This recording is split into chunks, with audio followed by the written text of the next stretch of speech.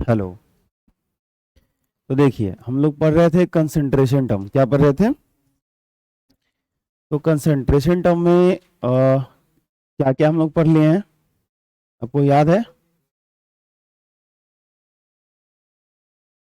अ, काफी कुछ पढ़ लिए ना जी। सबसे पहले तो मोल्स कैलकुलेट करना सीखे हम लोग ना। और मोल्स कैलकुलेट करने का हमारे पास कितना फॉर्मूला है? तीन। आगे ना, हम लोग पढ़े थे mole in terms of number, mole in terms of mass and mole in terms of volume, था ना तीनों? ठीक। तो हम लोगों ने क्या पढ़ा था, फॉर्मूला याद है आपको? क्या था बताओ? पहला क्या था? Mole is equal number of particles by Avogadro number, N, यही ना जी? अच्छा, एक और क्या फॉर्मूला था? Given mass by molar mass, यही था ना? ठीक है। तीसरा क्या था बताओ गया? एक और हम लोग मोल इन टर्म्स ऑफ वॉल्यूम पढ़े थे ना। तो वहां पे क्या लिखे थे? वॉल्यूम ऑफ, नहीं सॉल्यूशन थोड़ी ना था, ऐसा थोड़ी ना था। गिवन वॉल्यूम, गिवन वॉल्यूम, याद आया? एट एनटीपी, किस पर? हाँ, अपॉन क्या बताओ? 22.4, यही ना जी? ठीक है, ये हम लोग का हुआ करता था। तो मोल कैलकुलेट करने का बेसिक फॉर्मूला हम लोग का ये तीन था, जो मोल इन टर्म्स ऑफ नंबर पढ़े थे, मोल इन टर्म्स ऑफ मास पढ़े हैं and mole in terms of volume पढ़े। इन तीनों फॉर्मूला के हेल्प से हम लोग पहले क्या कैलकुलेट करते हैं? मोल। फिर हम लोग कंसंट्रेशन टर्म में जब आए तो कंसंट्रेशन टर्म में सबसे पहला मैंने आपको क्या पढ़ाया था, बताइए? मोलैरिटी। तो मोलैरिटी पढ़ाया था, तो क्या फॉर्मूला था इसका? Number of moles of solute, यानी विलेय के मोलों की संख्या ना जी, बटा वॉल्यूम ऑफ सॉल्यूशन,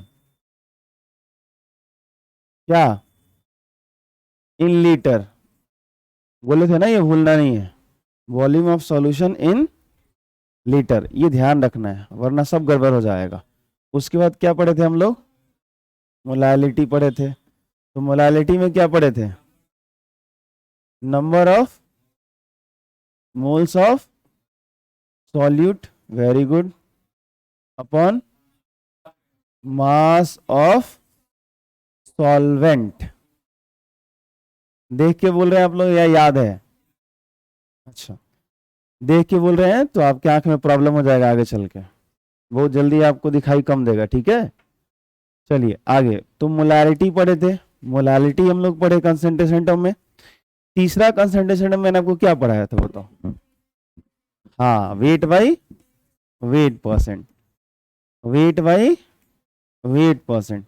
तो वेट बाई वेट परसेंट का फॉर्मूला क्या बताया था मैंने? मास ऑफ सॉल्यूट, हाँ लिख लीजिए, इन ग्राम, अपॉन क्या? Mass of solution. या आप बोले थे ना कि केमिस्ट्री में मास और वेट अगर कुछ लिखा हुआ है तो दोनों का मतलब क्या समझना है? मास ही समझना है, आई बात समझ में? और ऊपर क्या रहेगा? सॉल्यूट, नीचे रहेगा सॉल्यूशन। अगर वेट बाई वेट है तो दोनों क्या रहेगा? मास मास, याद आया? और मल्टीप्लाई अभी छोड़ रहे हैं कुछ आप, 100। तो mass of solute upon mass of solution into 100, इसको क्या कहते हैं? Weight by wait. हिंदी में इसको कहते हैं द्रव्यमान प्रतिशत, क्या कहते हैं? चलिए, या भार प्रतिशत भी कहते हैं। चौथा जरा बताओ क्या पढ़ा था हमने? Weight by volume percent. तो इसका फॉर्मूला क्या आया था, याद है? नहीं बताया आप लोगों ने? Mass of mass of solute, हाँ, इन ग्राम ना जी, अपॉन क्या, volume of solution,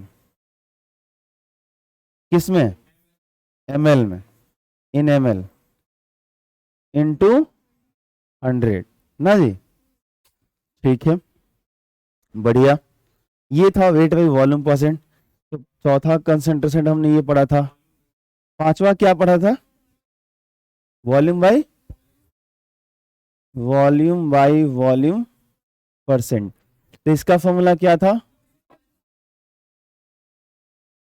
volume of solute upon volume of solution ना जी, इन 100, सब ml में होगा। ठीक है, तो मल्टीप्लाई क्या हो जाएगा, 100। तो ये हम लोग का क्या था, वॉल्यूम बाई वॉल्यूम परसेंट, यही था ना। ठीक, तो यहाँ पर ये कंसंट्रेशन हम लास्ट शायद यही पढ़े थे, इसके बाद कुछ तो नहीं पढ़े थे, इतना ही पढ़ा था हमने। ठीक, आज हम लोग कंसंट्रेशन में एक नया पढ़ेंगे जिसका नाम है मोल फ्रैक्शन। क्या नाम है, जिसको हिंदी में कहते हैं मोल अंश कहते हैं या मोल प्रभाज कहते हैं। क्या कहते हैं, मोल अंश या मोल प्रभाज। तो हेडिंग लगाओगे आप, छठा कंसंट्रेशन टर्म, मोल अंश या मोल प्रभाज।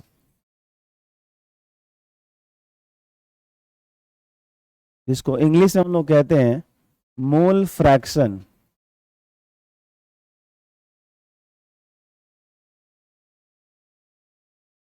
चलो, मोल अंश या मोल प्रभास यानी कि मोल फ्रैक्शन।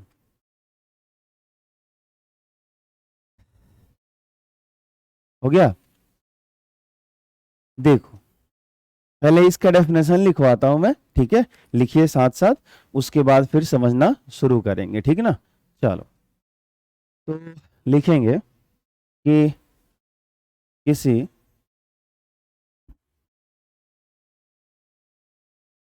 विलयन में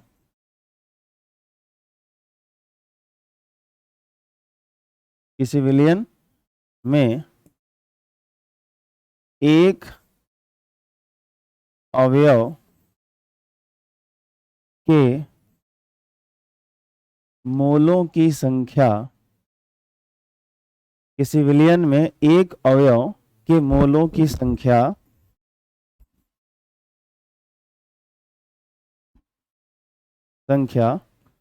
तथा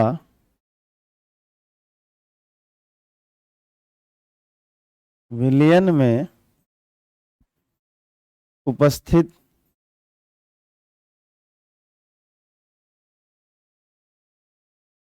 सभी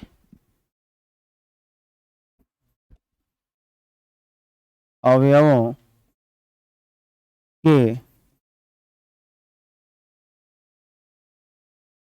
मोलों की संख्या, आप हिंदी में ही लिखिए, इंग्लिश में मैं अगले क्लास में या तो लिख के ला दूंगा या अन्यथा मैं व्हाट्सअप कर दूंगा, ठीक है। किसी विलयन में एक अवयव के मोलों की संख्या तथा विलयन में उपस्थित सभी अवयवों के मोलों की संख्या के अनुपात को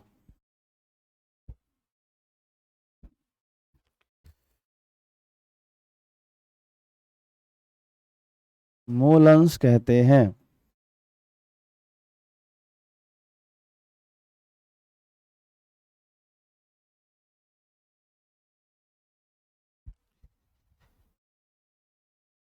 अनुपात को क्या कहते हैं, मोल अंश कहते हैं। देखो ये कौन सी चीज होती है, ये कैसे कैलकुलेट करते हैं, ठीक है। पहले ना इसमें जो भी मैंने टर्म्स लिखने की कोशिश करी है उसको आप एक एक करके आराम आराम से समझो, ठीक है। फिर उसके बाद जो है सो कि आप जो दिक्कत होगा अपने तरफ से भी पूछ लेना, ठीक है। देखो सॉल्यूशन कैसे बनता है समझाओगे मुझे जरा, हेलो, बताओगे सॉल्यूशन कैसे बनता है। अच्छा, सॉल्यूट प्लस सॉल्वेंट से बनता है, ठीक है। ध्यान दीजिएगा, जो हमारा सॉल्यूशन बनता है वो इससे बनता है सॉल्यूट प्लस सॉल्वेंट, यानी विलेय और विलायक, है ना जी। सॉल्यूट और सॉल्वेंट मिलके क्या बनाते हैं, सॉल्यूशन बनाते हैं, विलयन बनाते हैं, ठीक है। तो आप एक चीज समझो पहले, कई बार हम सॉल्यूशन ऐसा बनाते हैं जिसमें हमारा सॉल्यूट एक होता है। जैसे एग्जांपल ले लेता हूँ, मान लो हमने यहाँ पे एक सॉल्यूशन बनाया, ठीक है। एक एग्जांपल मैं यहाँ पे लेता हूँ, एग्जांपल नंबर 1, ठीक है। हम यहाँ पे एक सॉल्यूशन बना रहे हैं, और कैसे बना रहे हैं, तो देखो हमने यहाँ पे लिया वाटर, क्या लिया, वाटर। इसके अंदर हमने खूब सारा ले लिया पानी, जल ले लिया। इसके अंदर हमने डाल दिए NaCl, क्या डाल दिया, यानी कि सॉल्ट डाल दिया, नमक डाल दिया, क्या डाल दिया, नमक डाल दिया। तो हमने इसके अंदर जो सॉल्यूट डाला उसका टाइप कितना है, एक, कितना है, एक टाइप का है, ठीक है। तो आपने इसके अंदर NaCl डाल दिया, या शुगर डाल दो, NaCl तो ऐसे टूट भी जा सकता है, खैर कोई नहीं। अच्छा, मान लो कि ये डिसोसिएशन क्या बोलते हैं, NaCl जो है एक सॉल्यूट, नमक को एक ही मानना, ठीक है ना। तो अभी इसके अंदर हमने NaCl डाला, तो हमने एक सॉल्यूशन बनाया, क्या बनाया, एक सॉल्यूशन बनाया। तो हमसे अगर पूछा जाए ये किस तरह का सॉल्यूशन है, मतलब इसमें इसके कितने अंग हैं, कितने पार्ट्स हैं, तो बेसिकली आप जब सॉल्यूशन चैप्टर 12th में पढ़ोगे तो वहाँ पे एक टर्म आएगा बाइनरी सॉल्यूशन। क्या आएगा, बाई का मतलब क्या होता है, दो होता है, क्या होता है, दो होता है, जिसको हिंदी में कहते हैं द्विअंगी विलयन। मतलब ऐसा विलयन जिसमें एक विलेय हो और बाकी एक विलायक हो, उसको हम क्या कहते हैं, द्विअंगी विलयन, बाइनरी सॉल्यूशन कहते हैं। जैसे मान लो कि आपने यह पानी, क्या लिया, पानी, उसके अंदर आपने चीनी डाल दिया, क्या डाल दिया, चीनी डाल दिया। उसके अंदर आपने जो है सो कि अल्कोहल डाल दिया, तो आपने अल्कोहल भी मिला दिया, चीनी भी मिला दिया, पानी है ही। अब कितने चीज हो गए, तीन, क्या हो गए, तीन। आपने क्या किया, पानी ले लिया, नमक ले लिया, चीनी ले लिया, मतलब आप तीन चार चीजों को मिला दिया आपने, तो फिर वो बाइनरी नहीं रहा। आई बात समझ में, मतलब उसके तीन अवयव हो गए, तीन कंपोनेंट हो गए। कंपोनेंट समझते हो आप लोग कंपोनेंट समझते हो ना। जैसे कोई भी सिस्टम तैयार होता है, कोई भी चीजें बनती है, तो उसके छोटे छोटे क्या होते हैं, कंपोनेंट्स होते हैं, छोटे छोटे हिस्से होते हैं, हाँ कि ना।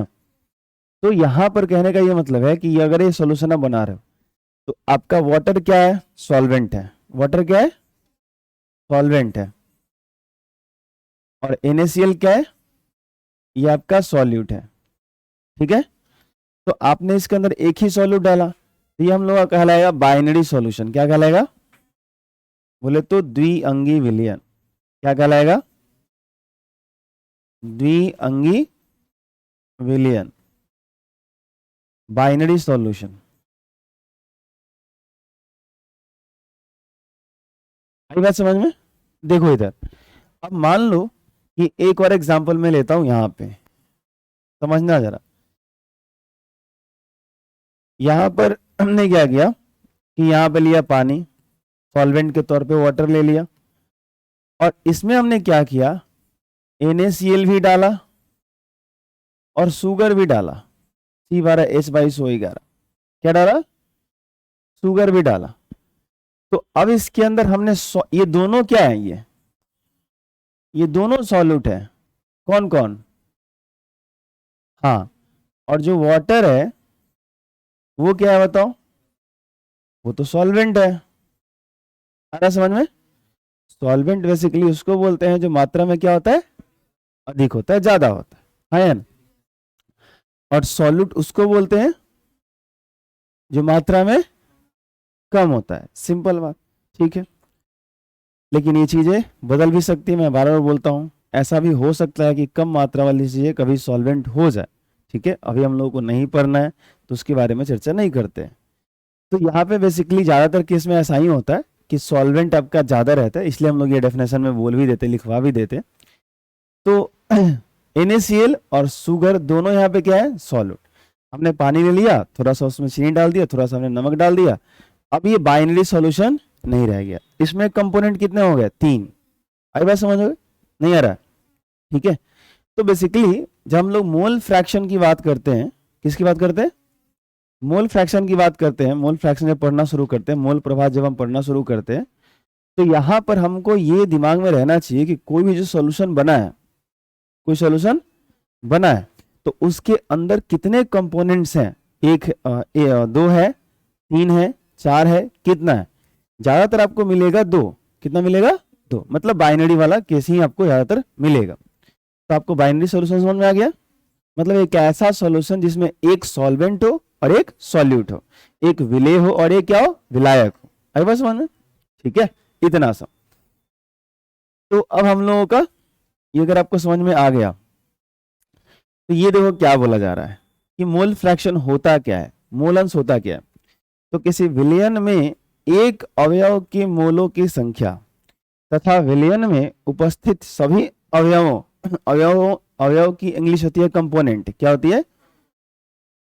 तो तथा विलयन में उपस्थित सभी अवयवों के मोलों की संख्या के अनुपात को, अनुपात यानी कि रेशियो को क्या कहते हैं? मोल अंश कहते हैं, मोल फ्रैक्शन कहते हैं। जरा समझना। अब फिर से मान लो यहाँ पे मैं एक एग्जांपल ले रहा हूँ, ध्यान देना जरा। मैं ना यहाँ पे एक सॉल्यूशन तैयार कर रहा हूँ और इस सॉल्यूशन में क्या है? दो चीज है, ए और आपका बी है। ए और बी आपस में मिलकर के एक बाइनरी सॉल्यूशन बनाते हैं, जिसमें से कोई एक सॉल्वेंट होगा और कोई एक क्या होगा? सॉल्यूट होगा। तो मैं मान लेता हूं कि ए यहाँ पर हमारा सॉल्यूट है, यानी विलेय है। देखो कभी कभी हिंदी भी लिख देता हूं ताकि आपको ध्यान रहे। विलेय बोलते हैं इसको। और एक आप सॉल्वेंट मान लो। क्या मान लो? बी को सॉल्वेंट मान लो। तो यानी इसको क्या बोलेंगे? विलायक। क्या बोलेंगे? हाँ, विलायक। तो हमने ए और बी दो चीजों को मिला करके एक सॉल्यूशन तैयार किया, जिसमें ए कम है एज ए वो सॉल्यूट है, और बी ज्यादा होगा, वो क्या है? सॉल्वेंट है। हमने बनाया। तो हमसे पूछा गया कि मोल फ्रैक्शन बताओ, ए का मोल फ्रैक्शन, बी का मोल फ्रैक्शन। तो हम ये कैलकुलेट करेंगे कि जो ए का पहले मोल फ्रैक्शन है वो कितना है, और फिर कैलकुलेट करेंगे कि बी का मोल फ्रैक्शन है वो कितना है। ठीक है। तो अगर मान लो यहाँ पे कि यदि ए एवं बी, ए एवं बी मिलकर आपस में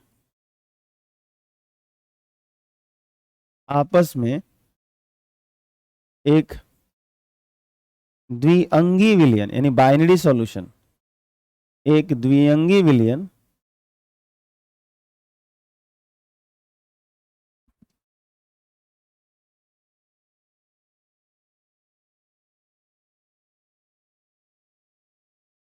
बनाते हैं एवं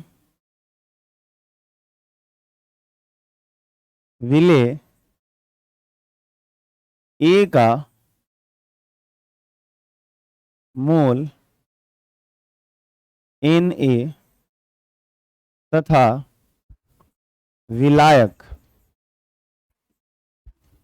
हमने विलायक किसको माना है? बी को। तथा विलायक बी का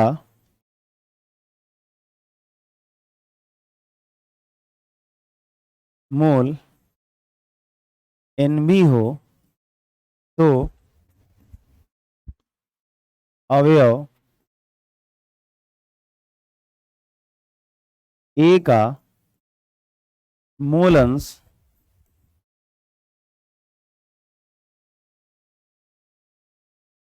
अवयव ए का मोल अंश, अच्छा मोल अंश को ना जीटा से दिखाते हैं, एक्स टाइप का। इसको काई भी पढ़ते हैं एज ए काई चाई, क्या क्या बोला जाता है? अब जीटा बोल देना। क्या बोलोगे? जीटा बोलोगे। ऐसे एक्स टाइप से ही लिखोगे, थोड़ा सा ये ऐसे होता है। तो यहाँ पे इसको जीटा ये बोलेंगे। क्या बोलेंगे? या एक्स ए ही बोलो चलेगा, एक्स ए बोल देना, वो भी उस तरह भी चलेगा। तो जीटा ये बोलो हम लोगों का, और इसको ऐसे लिखेंगे N A by N A plus N B. देखो डेफिनेशन पढ़ो और फिर फॉर्मूला देखो। किसी विलयन में एक अवयव के मोलों की संख्या, देखो ध्यान देना जरा, हमने यहाँ पे एक सॉल्यूशन बनाया, क्या बनाया? अच्छा यहाँ पे ना हो सकता है आपको सिर्फ एज ए सॉल्वेंट दिख रहा हो एज ए, तो मैं ना इसमें कुछ डॉट डॉट्स बना देता हूँ। ये क्या है बताओ? ये सॉल्यूट है। कौन है ये? हाँ, ये जो पीला वाला है ना वो सॉल्यूट को रिप्रेजेंट करता है, और बाकी व्हाइट वाला जो बच गया वो भी सॉल्वेंट को रिप्रेजेंट करता है। क्लियर हो जाएगा ऐसे कि बाइनरी सॉल्यूशन है, इसमें दो चीजें हैं। आई बात समझ? अब जरा ध्यान दो, मैंने क्या बोला कि जब भी हम मोल फ्रैक्शन निकालते हैं, क्या निकालते हैं? मोल फ्रैक्शन निकालते हैं। तब कैसे निकालते हैं?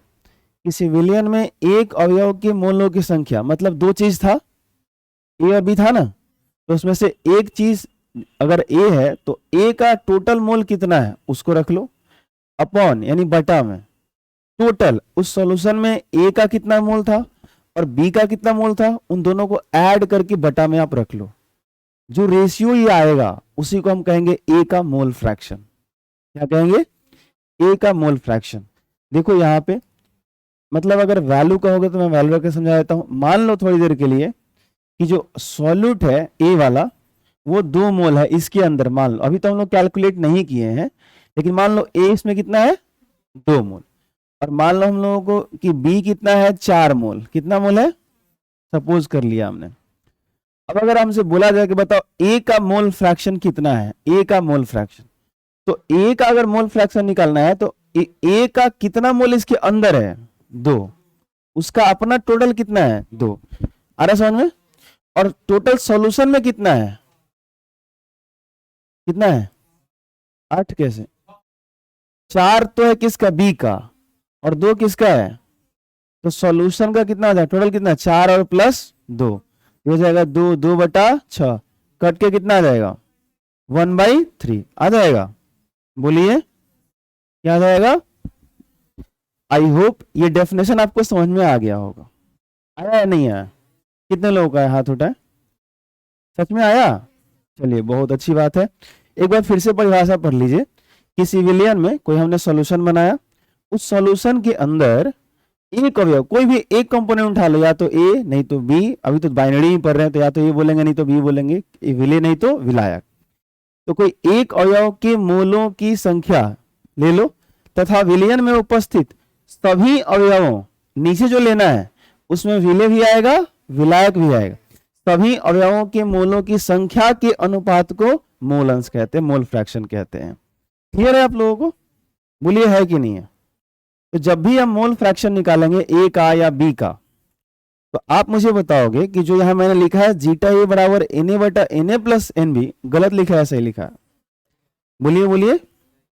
ये देखिए मैं ऊपर से ये मान के ही चल रहा हूं, देखिए यहाँ पे स्टेटमेंट में आपको दिख रहा होगा, लैंग्वेज जरा पढ़ना। यदि ए एवं बी मिलकर आपस में एक द्विअंगी विलयन बनाते हैं एवं विलय ए का मोल कितना है? N A. मैंने मान लिया कि इसके अंदर जो विलय सॉल्यूट है वो कितना मोल है? एन ए मोल है। कितना मोल है? एन हम लोगों को नंबर को बताएगा और ए बता रहा है कि ए के मोल्स की बात चल रही है। आई बात समझ में? तो क्या हो गया? नंबर ऑफ मोल्स ऑफ ए। तो ये ए कितना है? एन ए मोल है, तथा विलायक बी जो है वो कितना मोल है? एन बी मोल है। तो अवयव ए का मोलंश कितना हो गया? एन ए बटा N A plus N B. ऐसे कैलकुलेट करेंगे। अब चूंकि हम लोग ऐसे जीटा ऐसे दिखाते हैं, जीटा से मोलंश को दिखाते हैं, तो हमने जीटा लिखा, लेकिन आप ए का मोलंश निकाल रहे हो इसलिए यहाँ पे क्या लिख रहे हो आप? ए। आई बात समझ में? इसी प्रकार अवयव बी का क्या हो गया? इसी प्रकार अवयव बी का मोल अंश अगर आपको निकालना है तो आप मुझे बताओ कैसे निकालेंगे? अगर जीटा, देखो मोल अंश को किससे दिखाना है? जीटा से। किसका निकाल रहे हो? बी का, तो लिख दोगे जीटा बी। लिख दिया हमने। क्या लिखा हमने? Zeta B. तो अगर हमने लिखा जीटा बी तो ऊपर क्या लिखना पड़ेगा? हाँ, जिसका आप निकाल रहे हो उसका टोटल मोल ऊपर रखना है। ठीक है? और बटा में सॉल्यूशन में जितना है, एक अवयव है, 2 अवयव, 3, जो, अरे समझ में? ठीक है? तो क्या हो जाएगा बोलो? एन बी बटा, नीचे तो N A plus N B ही रहेगा। आई बात समझ में?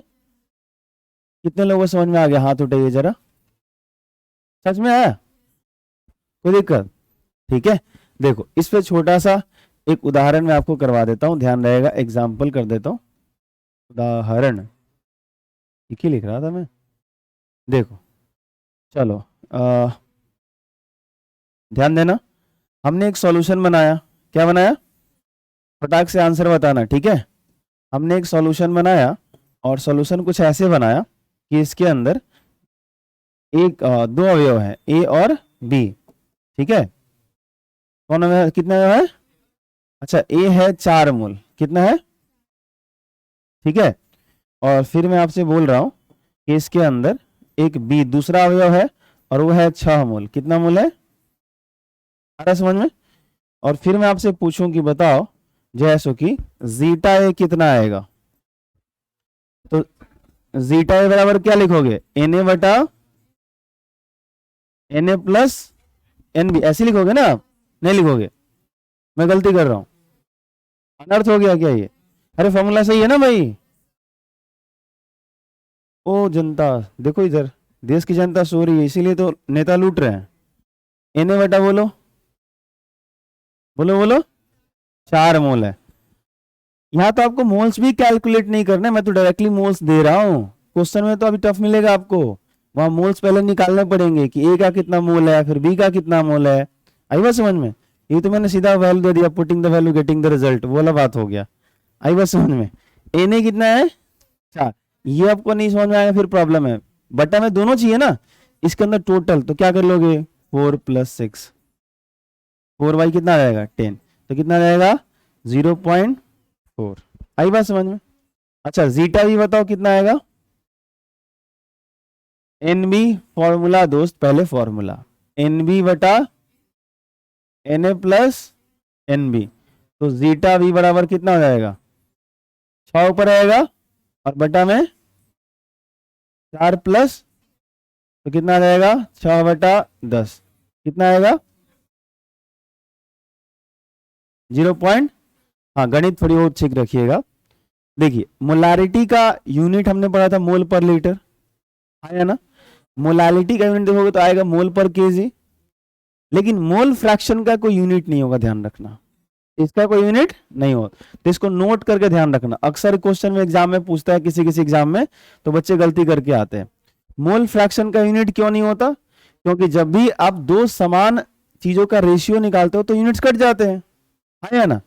जैसे आप रिफ्रैक्टिव इंडेक्स पढ़ते हो तो रिफ्रैक्टिव इंडेक्स क्या होता है कि speed of light in vacuum and the speed of light in medium, मतलब निर्वात में प्रकाश की चाल और बटा माध्यम में प्रकाश की चाल, तो दोनों क्या है, प्रकाश की चाल का रेशियो है, तो मीटर पर सेकंड यूनिट क्या होता है, कट जाता है। तो सेम चीज का कभी भी रेशियो अगर फाइंड करते हो आप सेम क्वांटिटी का, तो वहां पे क्या होता है, यूनिट्स क्या होते हैं, कट जाते हैं। तो मोल फ्रैक्शन देखो ना सही से क्या है, मोल फ्रैक्शन जब आप कैलकुलेट कर रहे हो तो ऊपर आप क्या रख रहे हो, मोल्स, नंबर ऑफ मोल्स रख रहे हो, नीचे भी क्या है, ये नंबर ऑफ मोल्स ऐड करके भी तो मोल में ही आएगा, अरे हाँ कि ना, देन वो तो कट जाएगा ना भाई, देन फाइनली इसका क्या होगा, यूनिट नहीं होगा। तो हम लोग यहाँ ध्यान रखेंगे नोट में क्या, कि मोल अंश का यानी मोल फ्रैक्शन का, mole fraction has no unit, mole अंश का कोई, मोल अंश का मात्रक नहीं होता, बस कोई मात्रक नहीं होता है।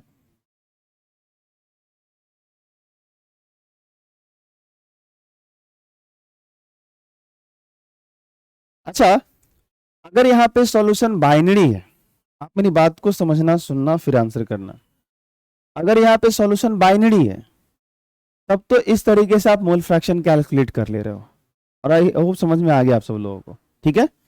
अगर मान लो बाइनरी नहीं रहता, मतलब उसके अंदर हम क्या करते, एक सॉल्वेंट लेते वाटर और उसके अंदर 2 सॉल्यूट हम डाल देते, क्या कितना डालते, मतलब मैं दूसरे एग्जाम्पल की बात कर रहा हूं। अगर उदाहरण मैं ना यहाँ पे 2 नंबर ले लूं और इसके अंदर कुछ ऐसा क्वेश्चन क्रिएट करूं, ध्यान से मेरी बात को सुनना। देखो आपके पास जरूरी नहीं है कि रंग बिरंगा कलम हो, संसार हो, आप ब्लू पेन से ही बनाना चलेगा, लेकिन समझने के लिए ठीक से समझना। हमने क्या करने हैं कि यहाँ पे ना, जैसे मान लो मैंने इसमें ना एक सॉल्वेंट ले लिया, क्या ले लिया, चलो जो ग्रीन वाला है वो है हमारा ए, क्या है बोलो, ठीक। इसके अंदर हम लोग क्या करते हैं, एक दूसरा चीज डालते हैं और वो क्या है हमारा बी। क्या है बोलो, अरे बोलो बोलो।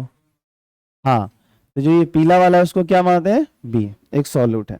एक और तीसरे तरह का डाल लेते हैं, एक और है जो इन सबसे अलग है। आई बात समझ में? आप मेरी बात समझ पा रहे हो? आप लोग समझ पा रहे हो नहीं? आप लोग हिंदी समझते हैं ना? हाँ ठीक, चलो। तो ये व्हाइट वाला कौन सा है, सी। ठीक है, तो इसमें कोई एक विलायक है और बाकी दो क्या है, विलेय है। ठीक है, ऐसा है। और फिर आपसे अगर यहाँ पूछा जाए कि क्या आप यहाँ पर ये बता सकते हो कि जीटा ए बताओ, मतलब ए का मोल फ्रैक्शन कितना है, तो देखो आपका डेफिनेशन यहाँ पे काम आएगा। अगर जीटा ए निकालना है तो डेफिनेशन कैसे काम में आएगा समझाता हूँ। डेफिनेशन क्या था जरा पढ़ो। अगर मैंने ए का मोल फ्रैक्शन आपसे पूछा तो जिसका मोल फ्रैक्शन पूछ रहा हूं उसको कैसे कैलकुलेट करते हैं जरा पढ़ो। किसी विलयन में एक अवयव के मोल अंश की संख्या तथा विलयन में उपस्थित सभी अवयवों के मोलों की संख्या का अनुपात को क्या कहते हैं, मोल अंश। उसका मोल अंश कहते हैं, मोल फ्रैक्शन कहते हैं। तो आप समझो कि जीटा अगर मैं लिख रहा हूं तो ये जो ए है वो कुछ मोल होगा इसके अंदर, 1 मोल, 1.5 मोल, 2 मोल, 2.5 मोल, कुछ तो होगा। अरे हाँ कि ना? तो ए जितना मोल है, मैं क्या बोल रहा हूं, ए जितना मोल है उसको मैं मान लेता हूं कि वो एन ए है। कितना है, एन बताएगा नंबर को, और चूंकि बात ए की चल रही है तो हम लोग एन ए से दिखा रहे हैं। ठीक है, तो अब हम लोग यहाँ क्या लिख सकते हैं, एन ए। बटा में क्या लिखूं बताओ?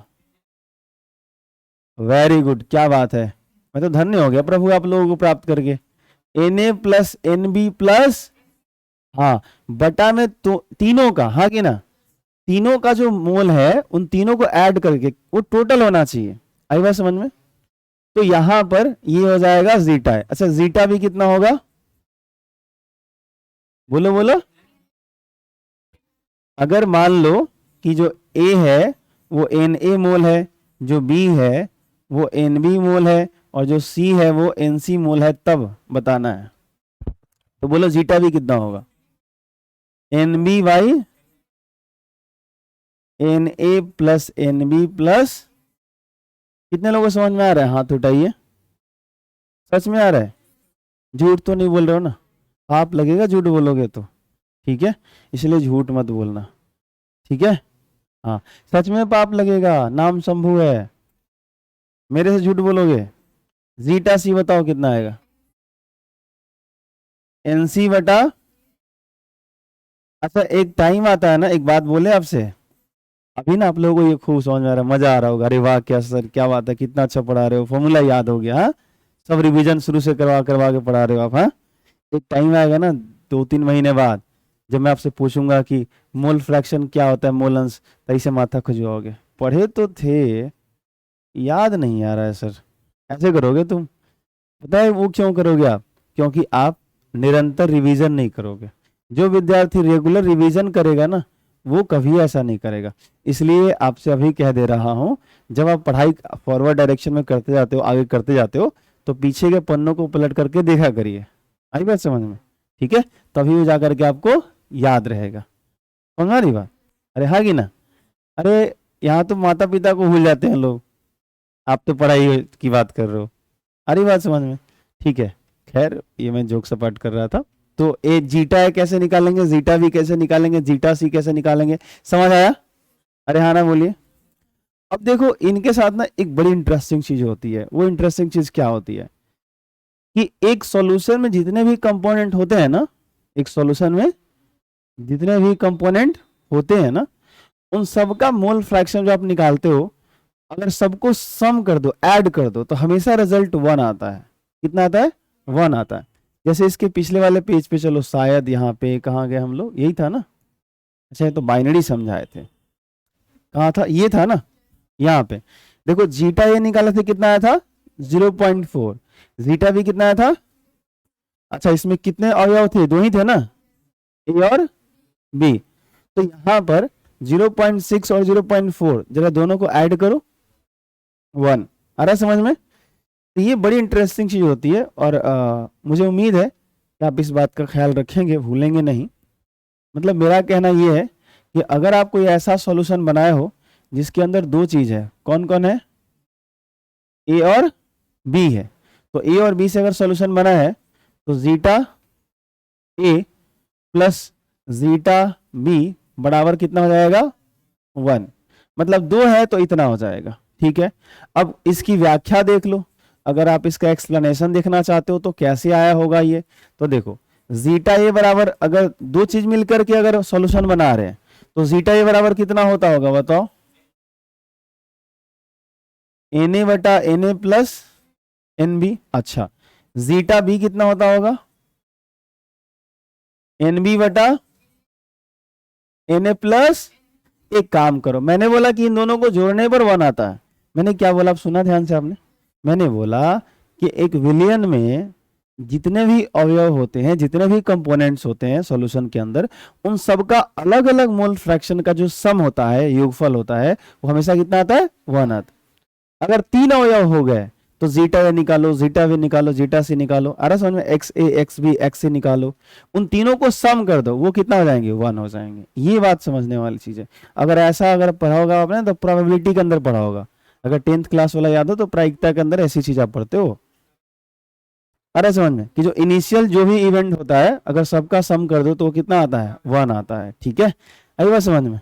आप लोग भी कहोगे सर केमिस्ट्री के अंदर मैथ्स घुसा देते हो आप, मैथ्स के अंदर फिजिक्स डाल देते हो, फिजिक्स के अंदर मैथ्स केमिस्ट्री डाल देते हो। आदत है थोड़ी सी। देखो एक होता है ना कि जहां से आप समझ सकते हो वहां से एग्जाम्पल देके समझाता है, समझाने की कोशिश करता है आदमी। तो zeta A plus zeta B, मैं कह रहा हूं ये 1 हो जाएगा, तो जीटा ए का वैल्यू होता कितना है, एन ए बटा N A plus N B, और प्लस जीटा बी का वैल्यू कितना था, एन बी बटा N A plus N B. LCM लो जरा, एलसीएम कितना आएगा, N A plus N B, तो N A plus N B तो कट ही जाएगा ना, तो यहाँ कितना आएगा, एन ए, यहाँ कितना आएगा, अब तो ऊपर नीचे सेम है ना, तो पूरा कैंसिल हो जाएगा, कितना आएगा, 1। हाँ या ना, बोलिए बोलिए। तो क्या इसी प्रकार हम लोग लिख सकते हैं क्या इसी प्रकार हम लोग लिख सकते हैं क्या कि अगर हमारे पास कोई सॉल्यूशन हमने ऐसा तैयार किया है जिसमें 3 कंपोनेंट है, कितना, 3 कंपोनेंट है, ए बी और सी, तो क्या इनके लिए हम लोग लिख सकते हैं zeta A plus zeta B plus zeta C is equal 1, हाँ या ना, बोलिए। कितने लोगों को समझ में आया, जो सच में बोलते हैं, जो सच्चा है वो हाथ उठाएंगे। सच्चे हैं आप लोग, अच्छा, झूठ नहीं बोलते ना, ठीक है। देखो झूठ बोल रहे हो तो अपने आप को धोखा दे रहे हो, मम्मी पापा को धोखा दे रहे हो, सबको दे रहे हो, और धोखा देना अच्छी बात नहीं है। आपके जीवन में कोई धोखा दे दे तो क्या करोगे आप, मन करता है मर्डर कर दे उसका, है ना, समझ रही बात है। चलो, नहीं नहीं, ये सब काम नहीं करने का, मर्डर करना कानूनन अपराध है। चलो, zeta A plus zeta B plus zeta C बराबर कितना बोलो, 1। चलो, तो अभी ना इस तरह का देखो, कोई भी सॉल्यूशन आप तैयार कर रहे हो, कोई भी विलयन अगर आप तैयार कर रहे हो, तो उसके अंदर जितने भी अवयव हैं, जितने भी कंपोनेंट है, सबका मोल फ्रैक्शन आप निकाल लो। अरे बोलो, और सबका मोल फ्रैक्शन निकालने के बाद उनको अगर ऐड करो तो कितना मिलेगा, 1। आपको होगा सर इसका फायदा क्या है, हर चीज का फायदा इंसान ढूंढता है ना। हम लोग काहे पढ़ रहे हैं, अच्छे से पढ़ेंगे तो नौकरी अच्छी लगेगी, नौकरी अच्छी लगेगी तो मम्मी क्या कहती हैं कि ठीक से पढ़ा, ठीक से काहे पढ़ा, मम्मी से पूछो कभी, मम्मी क्या बोलती हैं बताओ तुम सब। Zeta A plus zeta B plus zeta C कितना हो गया, 1। देखो इसका फायदा ये है, जिसका जिसका मोल फ्रैक्शन अच्छा है ना उसको सुंदर सुंदर कन्या मिलेगा। Zeta A plus zeta B बराबर 1। मान लो इसके पिछले वाले पन्ने पर तो ही था ना, बाइनरी सॉल्यूशन के लिए था कि नहीं था, zeta A plus zeta B बराबर 1। तो अगर इसका फायदा ये है कि मान लो तुम एक जीटा ए निकाल लिए, मतलब एक अवयव का मोल फ्रैक्शन तुमने निकाल लिया, तो उसको इधर भेज सकते हो कि नहीं भेज सकते हो, और 1 में से सब्ट्रैक्ट कर लो तो दूसरा निकलेगा कि नहीं निकलेगा, अरे बोलो, निकलेगा नहीं निकलेगा, अरे बोलो। अभी थोड़ी देर पहले एक ऐसा एग्जाम्पल था यहाँ पे कहीं, देखो जीटा ए कितना आया था, इसमें कितने अवयव थे, 2। तो अगर जीटा ए 0.4 था, कितना था, और हमको पता होता पहले से कि zeta A plus zeta B होता है 1, तो हम जीटा ए निकाल चुके हैं, तो यहाँ क्या रख देते 0.4 अब प्लस जीटा बी बराबर 1। ये प्लस में उधर जाता तो माइनस में, तो जीटा बी बराबर 1 माइनस कितना 0.4 आता, तो जीटा बी बराबर कितना हो जाता ये 0.6। अभी भी तो आंसर वही आता, अरे हाँ कि ना। तो बड़ा जल्दी जो है सो कि आपको ये मोल फ्रैक्शन जो है इस तरीके से भी आप निकाल सकते हो। ये 0.4 है, चाइनीज में लिखा हुआ थोड़ा सा, तो आना समझ में। तो पिछले वाले एग्जांपल से रिलेट करके मैं बता रहा हूँ। तो अगर दो अवयव से बना हुआ कोई बाइनरी सॉल्यूशन है, उसमें आपने एक का अगर मोल फ्रैक्शन निकाल लिया, तो दूसरा का मोल फ्रैक्शन निकालने के लिए क्या करो, 1 में से उसका मोल फ्रैक्शन घटा लो, आराम से आपका निकल जाएगा। हाँ या ना, रहा समझ में। तो इस तरीके से हम कैलकुलेट कर सकते हैं। तो बात तो एग्जाम्पल की थी, इसको मैं मिटा देता हूँ, आई होप आप समझ जाएंगे। चलिए, किसी को कोई दिक्कत है? ठीक, तो इतना आप नोट कर लीजिए, फिर बाकी अगले क्लास में। कहाँ से नोट करना था, शुरू से कहाँ से शुरू किया था हमने, यही था ना। अच्छा ये हो गया था, चलिए यहाँ से नोट किया जाए।